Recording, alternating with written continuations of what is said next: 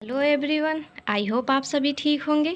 ये आपकी BSc third year की 5th सेमेस्टर की क्लास है जिसमें आपकी यूनिट फर्स्ट चल रही है। लास्ट लेक्चर में हमने कैनाल सिस्टम इन साइकॉन कंप्लीट कर चुके हैं। जाइए लास्ट लेक्चर को देखिए और चैनल को like, comment, share and subscribe कीजिए।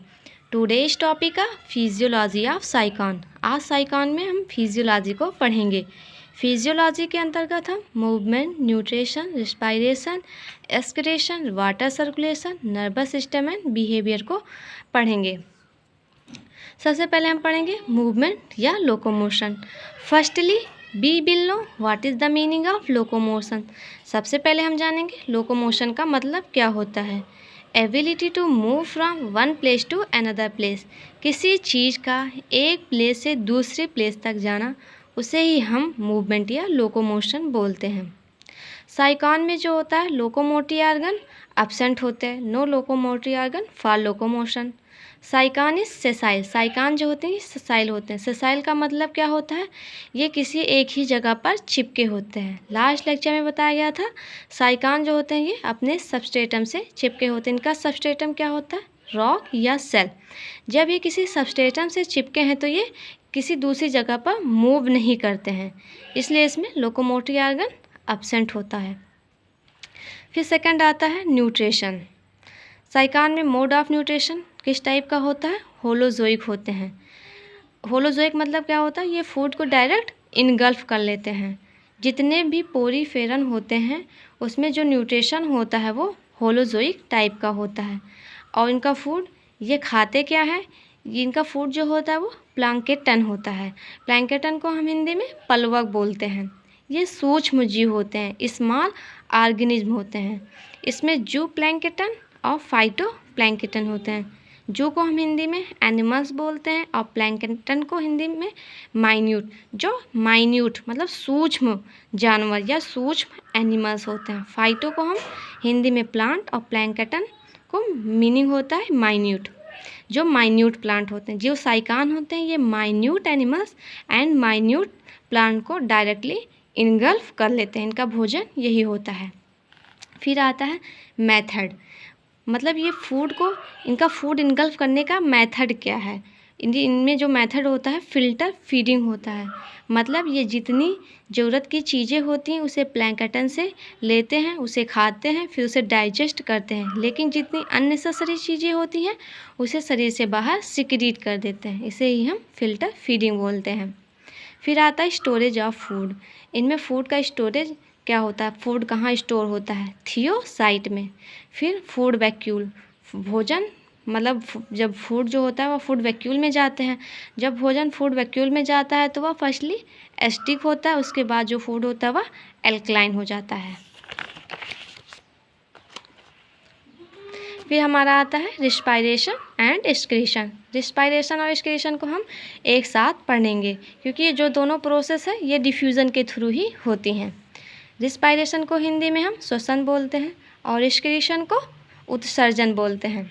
Respiration intake of oxygen and removal of carbon dioxide. जब हम ऑक्सीजन को लेते हैं और कार्बन डाइऑक्साइड को निकालते हैं, और इसके साथ शरीर में बहुत सारी मेटाबॉलिज्म एक्टिविटी होती है जिसे हम रिस्पायरेशन बोलते हैं। और एक्सक्रीशन क्या होता है, removal of waste material from the body. जब हम वेस्ट मटेरियल को शरीर से बाहर निकालते हैं तो उसे हम एक्सक्रीशन बोलते हैं। अब साइकॉन में रिस्पायरेशन किस टाइप से होता है, जब साइकॉन वाटर इनटेक, वाटर को लेता है तो वाटर में ऑक्सीजन जो होती है घुली होती हैं, डिजॉल्व ऑक्सीजन। जब वाटर में ऑक्सीजन घुली होती है, साइकॉन वाटर साइकॉन के अंदर जाता है तो साइकॉन जो होता है will use it for the respiration. फिर उस ऑक्सीजन को रिस्पायरेशन में यूज कर लेता है। फिर एक्सक्रीशन कैसे होता है, फिर जब वाटर जो होता है शरीर से बाहर निकलता है, water exit from the body, तो वाटर में जितने नाइट्रोजिनस वेस्ट होते हैं वो शरीर से बाहर सिक्रीट हो जाते हैं। ये दोनों प्रोसेस जो होती हैं डिफ्यूज़न के थ्रू ही होती हैं। अब डिफ्यूज़न का मतलब क्या होता है, high concentration to low concentration जो मटेरियल का एक्सचेंज होता है उसे ही हम डिफ्यूज़न बोलते हैं। फिर आता है हमारा वाटर सर्कुलेशन। वाटर सर्कुलेशन जो होता है यह कैनाल सिस्टम के द्वारा होता है। कैनाल सिस्टम जो होते हैं साइकोनॉइड टाइप के होते हैं। कैनाल सिस्टम जो होता है यह फाइलम पोरीफेरा का यूनिक फ्यूचर होता है। जब हम कैनाल सिस्टम की बात करें तो उसमें वाटर फ्लो तो होगा ही। वाटर फ्लो कैसे होता है उसमें? From outside the water. कल आपका बताया गया था साइकान का डायग्राम जो होता है,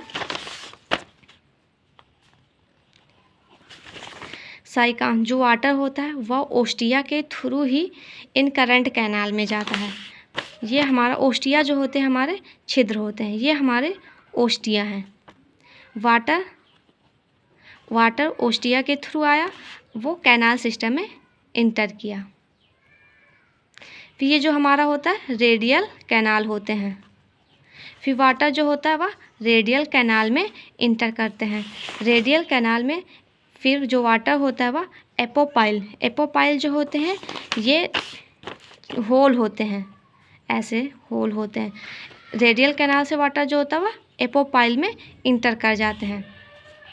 फिर उसके बाद वाटर जो होता है स्पोंजोसील जो होती है लार्ज सेंट्रल कैविटी होती है। एपोपाइल से वाटर जो होता है वह स्पोंजोसील में एपोपाइल जो होता है वाटर स्पोंजोसील में भेजता है। फिर जब साइकान को जब वाटर की नीड नहीं होती है तो वो आस्कुलम के थ्रू वाटर जो होता है बाहर निकल जाता है, एग्जिट ऑफ वाटर बाहर से ओस्टिया के थ्रू आता है इन करंट कैनाल में रेडियल कैनाल से एपोपाइल जो होते हैं ये होल होते हैं। एपोपाइल से स्पोंजोसील जो होती हैं लार्ज सेंट्रल कैविटी होती हैं।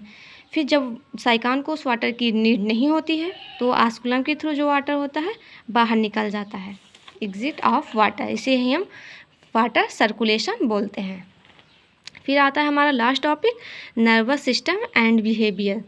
Do not have nerves are sensory cell.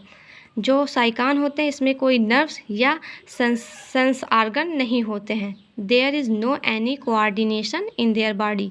They are unable to react at any stimulus.